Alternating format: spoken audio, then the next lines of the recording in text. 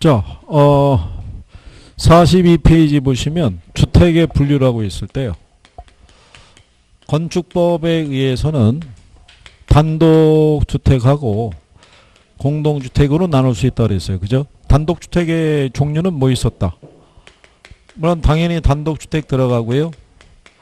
예, 다중이 들어가고 다가구, 공간 이렇게 들어가고요. 공동주택은 이제 아파트, 연립, 다세대, 기숙사 뭐 이렇게 들어가죠.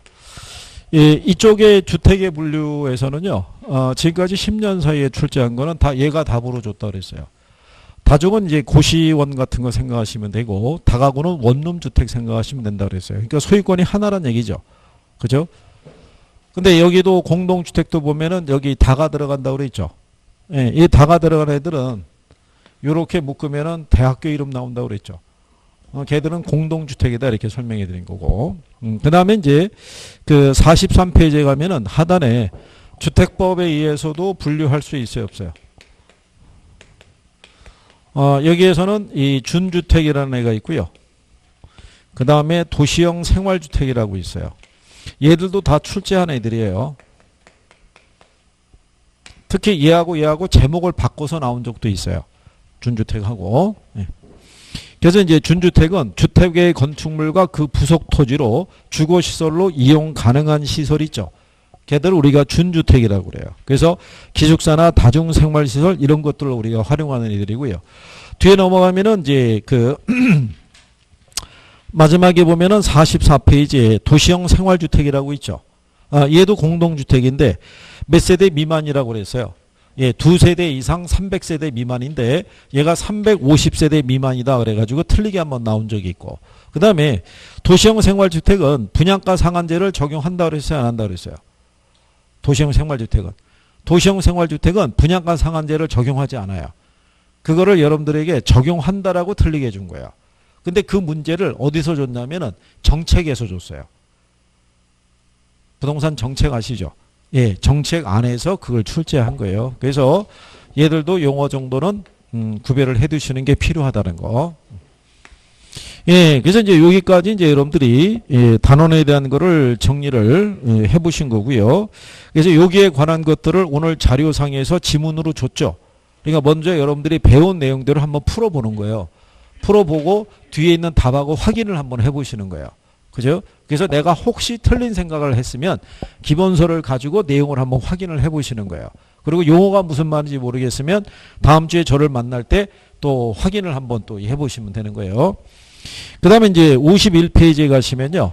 부동산 이제 특성이라고 해놨어요. 그죠? 여기는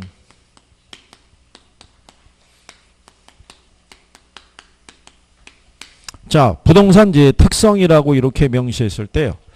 여기서 우리가 얘가 별표라는 거는 얘 때문에 그랬다고 그랬죠.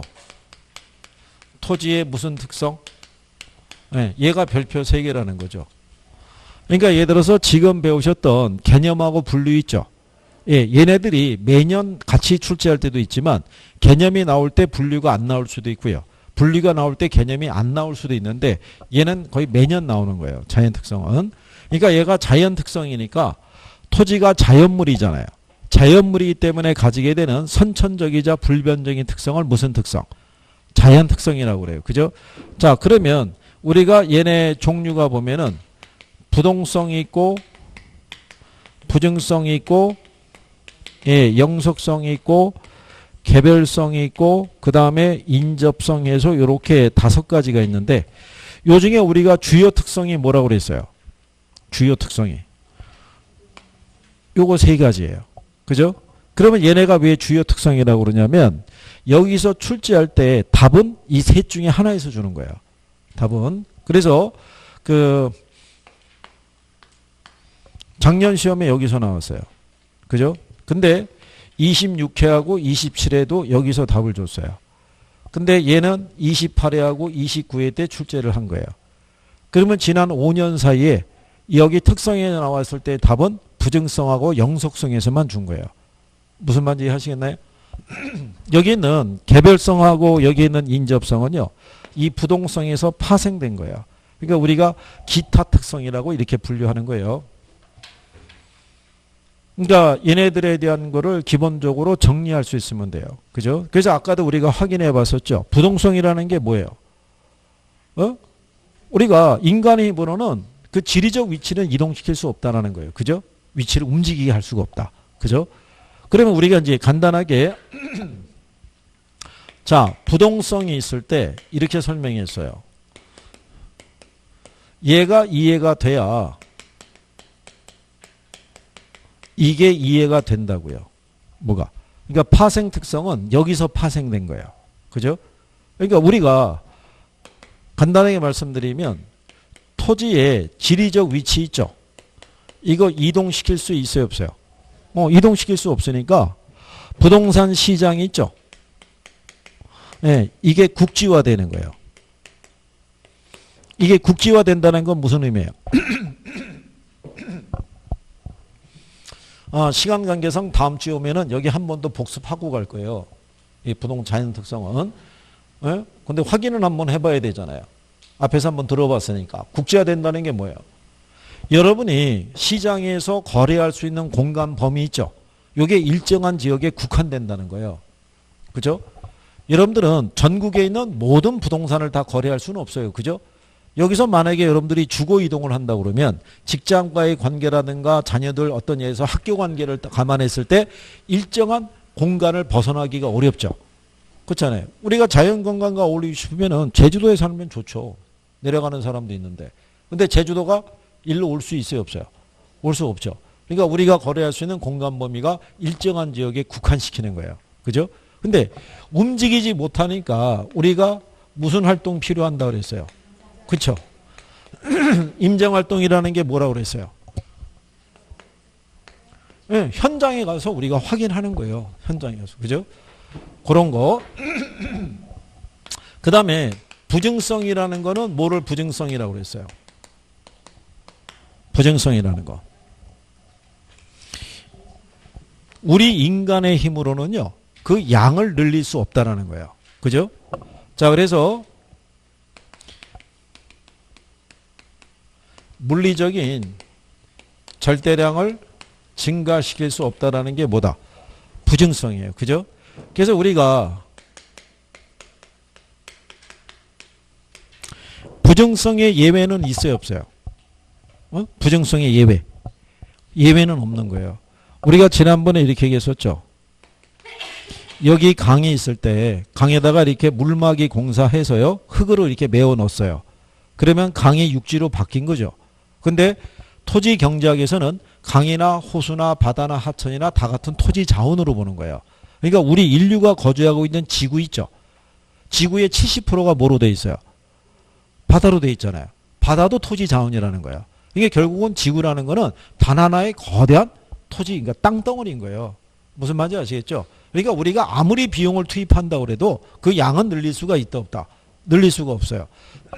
그러면 파생 특성 안에서 아까 제가 뭐라고 얘기했냐면 도시라는 거는 많은 사람들에게 각종 서비스를 제공한다고 그랬죠. 그럼 많은 사람들은 도시로 그 서비스를 얻기 위해서 몰려들 거 아니에요. 근데 공간은 한정돼 있죠. 수요는 늘어나죠. 그걸 우리가 대처할 수 있는 방법이 토지 이용을 어떻게 하면 된다 그랬어요. 그 집약하는 거예요. 그죠? 그래서 이게 토지 이용을 뭐 한다? 예. 집약한다는 얘기는 결국은 건물을 고층화시킨다는 거예요. 그죠? 요게 29회 시험 있죠? 예, 이때 이게 답이었어요. 박스를 주고 토지 이용을 집약화시킨다. 이게 무슨 특성에 관련된 거냐? 이렇게 출제하는 거예요. 그 답이 뭐였겠어요? 부증성인 거예요. 이렇게 출제를 하게 되면 포인트 되는 걸 주는 거예요. 이게 왜냐하면 좀 더 확대시키면요. 이게 구별하기가 어려워요. 그 난이도 높아지기 때문에 출제자들은 누가 봐도 부동성이고 누가 봐도 부증성인 애를 주는 거예요. 이해하시겠나요? 자, 그래서 이제 그런 내용이고요. 그 다음에 영속성이라고 있어요. 영속성의 논리는 뭐예요? 영속성이라는 건 뭐예요? 아까 얘기했잖아요. 영속성. 우리가 아무리 사용하더라도 그 양은 줄어들지 않는 거예요. 그게 바로 뭐다? 영속성이에요. 그러니까 우리가 많이 사용하더라도 얘는 소모되거나 마멸되지 않는다는 게 뭐예요? 그게 영속성이에요. 그래서 이게 파생 특성에서 보게 되면요. 얘가 감가상각이 발생할 수가 없는 거예요. 이 감가상각은 별다른 언급이 없으면 물리적 감가상각인 거예요. 물리적 감가상각이 여기서 나오는 거예요. 그죠? 네. 그 다음에 얘는 소모를 전제로 하는 재생산 이론은 성립이 안 되죠. 줄어들지 않으니까. 그래서 가장 여러분 시험에 많이 물어보는 게 뭐냐면 소유에 따른 이익하고요. 사용이익 있죠. 예, 이거를 분리해서 얻을 수 있어요, 없어요? 여러분들이 만약에 부동산을 가지고 있으면요. 집값 상승에 따른 차익 기대할 수 있죠. 예, 근데 그 집을 다른 사람에게 사용하도록 줄 수도 있어요, 없어요? 예, 사용을 함으로써 내가 그 사용료 벌을 수 있잖아요. 그게 가능한 이유가 뭐냐면 그 사람이 사용하더라도 얘가 줄어들지 않는 거예요. 무슨 말인지 이해하시겠어요? 그래서 이제 부동산을 소유한 사람들은 부동산을 팔려고 내놨죠. 그렇잖아요? 그런데 경기가 안 좋으면 안 팔릴 거 아니에요. 그럼 시세가 어떻게 돼요? 점점점 떨어지잖아요. 떨어진다고 그래가지고 그 싼 가격에 파냐면 안 팔아요. 안 팔고 내가 계속 갖고 있다 그래서 얘가 줄어들거나 그러지는 않는 거예요. 무슨 말인지 이해하시겠죠? 그래서 소유이익과 사용이익을 분리해서 얻을 수 있기 때문에 다른 자본시장에 비해서 무슨 시장이 발달하게 되는, 그렇죠? 이게 발달하게 되는 근거가 되는 게 뭐다? 그게 영속성이라는 거예요. 그러니까 그런 기본적인 내용을 내가 이해할 수 있으면 되죠. 그죠? 그러면 개별성이라는 건 뭐를 개별성이라고 그랬어요? 물리적 측면에서 토지는 다른 토지하고 대체할 수 있다 없다? 네, 다른 토지와 대체할 수 없어요. 그죠? 왜 다른 토지와 대체가 안 돼요? 왜? 자, 그래도 입안이 고무적인 거예요. 그죠? 뭔가 얘기가 나오고 있잖아요. 그죠? 틀려도 좋은 거예요. 그죠? 해보는 거죠. 그냥. 모든 토지는 위치가 틀리죠. 똑같은 위치를 갖고 있는 토지가 없잖아요. 그러니까 대체가 안 되는 거예요. 똑같은 위치에 토지가 없으니까. 그러면 똑같은 위치의 토지는 왜 발생할 수가 없는 거예요? 부동성 때문에. 움직이지 못하니까 위치가 다 틀리게 나타나는 거예요. 그래서 개별성은 어디서 파생된 거다? 부동성에서 파생된 거라고 얘기해 주는 거예요. 이해하시겠나요? 네, 그러니까 이 지역의 지가 수준을 대표하는 표준지를 설정하기도 어렵고요. 이 토지나 모든 토지에 보편적으로 적용이 되는 이론을 만들기도 어렵다는 얘기예요. 그게 뭐 때문에? 개별성 때문에. 이해하시겠나요? 네, 기본적인 거. 그 다음에 인접성이라고 있죠. 인접성의 뜻은 우리가 뭐를 인접성이라고 그랬어요? 인접성. 인접성이라는 건요. 주변 토지가 딱 붙어있는 상태를 인접성이라고 그래요.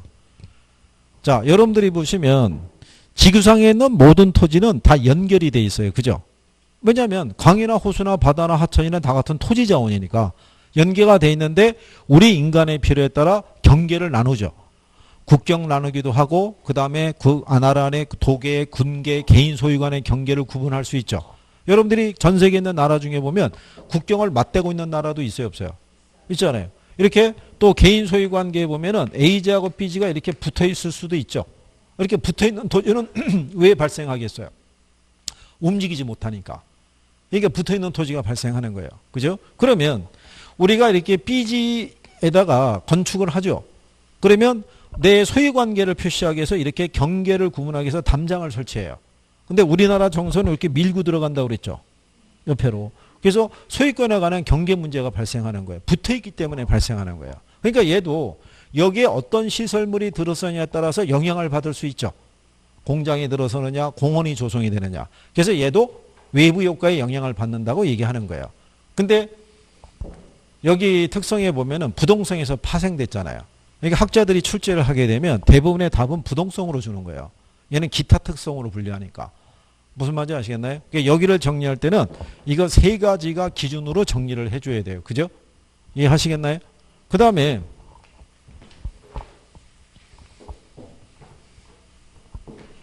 여기 있는 내용에 대한 항목들을 다 일일이 지금 설명을 하지는 않고 다음 주에 오면은 한번 이건 이제 복습하고 물어볼 거예요. 설명하고 기대해도 괜찮은 거예요. 그죠? 그러면 그러면 또 혹시 또 밖에서 대기하고 있는 거 아니죠? 다 물어본 다음에 들어와야지. 줄 서서 있다가 딱 문이 저기 저만큼 열리고 끝났나? 그리고 휙 들어오거나 그러면 안 되는 거예요. 자, 그때 여러분들이 54페이지에 가면 인문적 특성이라고 있죠. 네. 자, 우리가 요 토지의 무슨 특성? 예, 인문 특성을 얘기할 때 이거는 지난번에 뭐라고 그랬냐면 자연 특성에서 주어지는 제약 조건을 우리가 극복 또는 완화하기 위해서 우리가 만들어낸 게 무슨 특성? 인문 특성인 거예요. 자, 부동성으로 인해서 우리가 무슨 위치는 움직일 수가 없어요. 지리적 위치는 우리가 이동할 수가 없잖아요. 그죠? 그래서 우리가 만들어낸 게 이거라고 그랬죠. 지리적 위치는 움직일 수가 없어도요. 사회적, 경제적, 행정적 위치 있죠. 예, 얘는 변화를 줄 수 있죠. 그래서 이거 얘기했잖아요. 충남 연기군이 뭐로 바뀌었을 때. 근데 얘로 있을 때나 얘로 있을 때나 무슨 위치는 똑같아요. 지리적 위치는 똑같은 거예요. 지리적 위치는 똑같은데 이걸로 변화가 되면서 이게 달라지는 거죠. 사회적, 경제적, 행정적 위치에 변화는 가져올 수 있다는 거죠. 그렇잖아요. 예전에 비해서 왜 농사 지을 때는 연령대가 좀 노인 양반들이 많았을 거 아니에요. 이게 이렇게 바뀌면서는 좀 더 젊은 층이 유입될 수도 있어요, 없어요. 예, 그런 식의 변화도 발생하죠. 부동산 가치도 틀려지죠. 예, 그 다음에 행정구역이 달라졌잖아요. 군하고 뭐로? 시로. 원래 이게 농사 짓고 그러면요. 농어촌 특별교부금이라고 그래서 이렇게 돈 주는 게 있어요. 그 지방에 가게 되면요. 그 돈 때문에 노인 양반들이 시로 바뀌는 걸 싫어하는 데도 있어요. 그게 돈이 많지는 않은데 한 20만 원 이렇게 받으면 그게 서울에서 손주들 내려왔을 때 그게 용돈 줄 때 그게 쏠쏠하게 쓸 수 있거든요. 근데 바뀌면 그게 끊기는 거예요. 그게 싫어서 반대하는 데도 있는 거예요. 어쨌든 이런 변화를 가져올 수 있잖아요. 자, 그런데 부정성에 의해서 우리가 양을 늘릴 수 있어요, 없어요? 못 늘리잖아요. 이거를 완화시키기 위해서 우리가 만들어낸 게 이거예요. 용도에 뭐가 있다? 다양성. 즉 물리적인 공급은 안 되더라도요. 용도 변경을 통한 공급은 가능한 거예요. 그러니까 이런 거잖아요. 자, 지구가 있을 때 이게 하나의 토지 자원이죠. 이 중에 이게 전체가 100이라고 그랬을 때 이 중에 70은 임지로 쓰는 거예요. 우리나라도 산림이 70% 돼 있으니까. 나머지 농지로 20을 써요. 그 다음에 택지로 10을 써요. 근데 만약에 택지 수요가 증가했어요. 그죠? 그렇다고 해서 우리가 여기다가 이렇게 해줄 수는 없잖아요. 이 양을 늘릴 수가 없으니까. 늘릴 수 있는 방법이 뭐예요? 임지의 일부를 뭐로? 택지로. 농지의 일부를 뭐로? 택지로. 이렇게 용도 변경을 통한 용도적 공급은 가능한 경우죠. 그래서 얘하고 얘하고 묶어서 정리해야 돼요. 얘하고 얘하고 묶어서. 그래서 이렇게 답으로 유도한 적도 있다고 그랬죠. 부동성하고 위치의 가변성을 여러분 시험에 답으로 낸 적도 있는 거예요. 그죠? 그 다음에 병합 분할의 가능성이라고 있죠. 근데 여러분들이 가만히 보시면 얘네들을 지원해 주는 역할을 하는 거예요. 용도 변경이 이루어지든 위치의 변화를 주든 우리가 필요에 따라 토지의 면적을 합치거나 분할해서 사용할 수 없으면 이게 가져오기가 어렵죠. 무슨 말인지 아시겠나요? 여기가 원래 전체적으로 다 농지였을 거 아니에요. 그러면 면적이 무지하게 넓었겠죠. 그걸 통으로 쓰기는 어려웠을 거 아니에요. 도로도 내야 되고 획지도 분할을 해야 되니까. 그러니까 우리 필요에 따라 토지를 합치거나 뭐가 분할이 가능했을 때 이런 것들이 가능하다는 얘기예요. 무슨 말인지 하시겠어요? 그래서 자연 특성하고 인문 특성은 분리시켜서 정리하는 게 아니라 연결해서 정리하셔야 돼요. 이해하시겠죠? 그랬을 때 정리가 빠른 거예요. 그리고 나중에 여러분들이 학계론에서 배우실 때 이 특성이라는 표현이 들어가죠. 그럼 이거 외우는 게 아닌 거예요. 얘는 다 이해해야 돼요. 외워서는 이거 언제 다 외워요. 여기 보면은 특성별로 밑에 파생되는 특징이 적게 뭐 4-5개에서 많게는 7, 8개 뭐 이렇게 나오잖아요. 그죠? 그러니까 그거를 다 외우면은 무의미한 거예요. 그리고 출제자들이 여기서 출제되면 부동성에서 누가 봐도 가장 대표적인 것 있죠. 예, 그런 것만 내요. 이게 용어만 정확하게 이해하면 여러분들이 만약에 처음 보는 지문이 있더라도 문장 읽어보면 이게 부동성이구나 부증성이구나 이것도 구별이 되는 거예요. 무슨 말인지 아시겠나요? 부동성, 부증성, 영속성 중에서 관리 있죠. 관리. 네, 관리의 어떤 중요성을 얘기하는 거는 뭐 때문에 그러겠어요? 관리. 부동산 관리의 중요성을 필요로 하는 거는 부동성, 부정성, 영속성 중에서 뭐? 영속성인 거예요. 왜 우리가 관리가 필요하겠어요? 우리가 만약에 하루만 살다 죽을 것 같으면 다이어트 신경 안 쓰죠. 그렇잖아요? 뭐로 지금 다이어트를 죽으라고 하겠어요? 먹고 싶은 거 마음껏 먹으려고 그러지. 그렇죠? 그게 아니라 계속 어떻게 해야 돼요? 그렇잖아요. 유지가 되잖아요. 그러니까 우리가 관리가 필요하다는 얘기예요. 그러니까 그런 것들을 가지고 이해를 조금씩 해보시면 돼요. 무슨 말인지 아시겠죠? 예, 그래서 다음 시간에 오면 여기서부터 한번 쭉 복습을 하고 그리고 이제 속성 정리하고 경제로 가시게 될 거예요. 그러니까 다음 주에 우리가 초점을 맞추는 거는 경제가 포인트인 거예요. 경제 처음에 이 총론은 괜찮아요. 조금 지나면 총론은 여러분들이 정리가 되는데 어디부터 이 격차가 발생하냐면 경제부터. 수요와 공급에 대한 거. 그러니까 처음부터 용어 이것도 역시 용어 잘 해보시면 돼요. 그러면 정리할 수 있어요. 그죠? 한 주 동안 우리는 끊임없이 1차 위주로 뭐 해야 돼요? 복습해야 돼요. 복습. 그죠? 다음 주에 왔는데 또 신선한 표정으로 있지 마시고 조금은 확인해 보시는 거예요. 그죠? 아까 우리가 기술적 개념 몇 가지 있다고 그랬어요.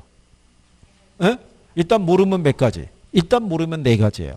학계론에서. 네 가지가 일단 제일 많아요. 그러니까 네 가지만 돼도 80%는 맞아요. 근데 네 가지라고 하는데 선생의 표정이 변화가 없죠. 그럼 하나 더 보태가지고 애따 5가지 그러면 맞는다고요. 90% 이상이. 기술적 개념 몇 가지? 네 가지. 그래서 네 가지 생각하고 그 안에 공간이 됐든 자연이 됐든 단어 하나가 떠오르면 유추가 될 거 아니에요. 경제적 개념은 몇 가지? 5가지. 그죠? 거기 우리가 지난번에 3번 이런 거 얘기했었어요. 자산, 자본 할 때 앞에는 자로 똑같으니까 뒤에 것 따면 3번이라는 지명이 나오죠. 그러면서 출발하는 거예요. 3번에서 생산한 상품을 소비한다 이런 식으로. 그러면 종류만이라도 구별할 수 있어요 없어요? 자 그럼 다시 민법상의 법률상에 보면은 협의의 부동산이 있죠. 토지 및 정착물 있죠. 정착물 중에 보면 토지로부터 독립된 걸로 취급된 애들이 있죠. 건물 말고 뭐 있었어요? 건물 말고. 그래도 뭔가 틀려지잖아요. 그죠? 아까에 비해서 그런 거예요. 그런 거. 그죠? 소유권 보전 등기된 임목이라든가 명령 방법을 갖춘 수목의 집단이라든가 또 권원에서 타인의 토지에 재배되고 있는 농작물이라든가 이런 것들이 반복을 통해서 부지불식간에 나올 수 있어야 돼요. 그래야지 정리가 되는 거예요. 그죠? 그러면서 알아가는 거예요. 그죠? 네, 그래요. 자, 어쨌든 간에 복습 잘 해주시고, 그죠? 네, 한 주 잘 보내시고, 다음 주에 뵙겠습니다. 고생했습니다. 수고했습니다.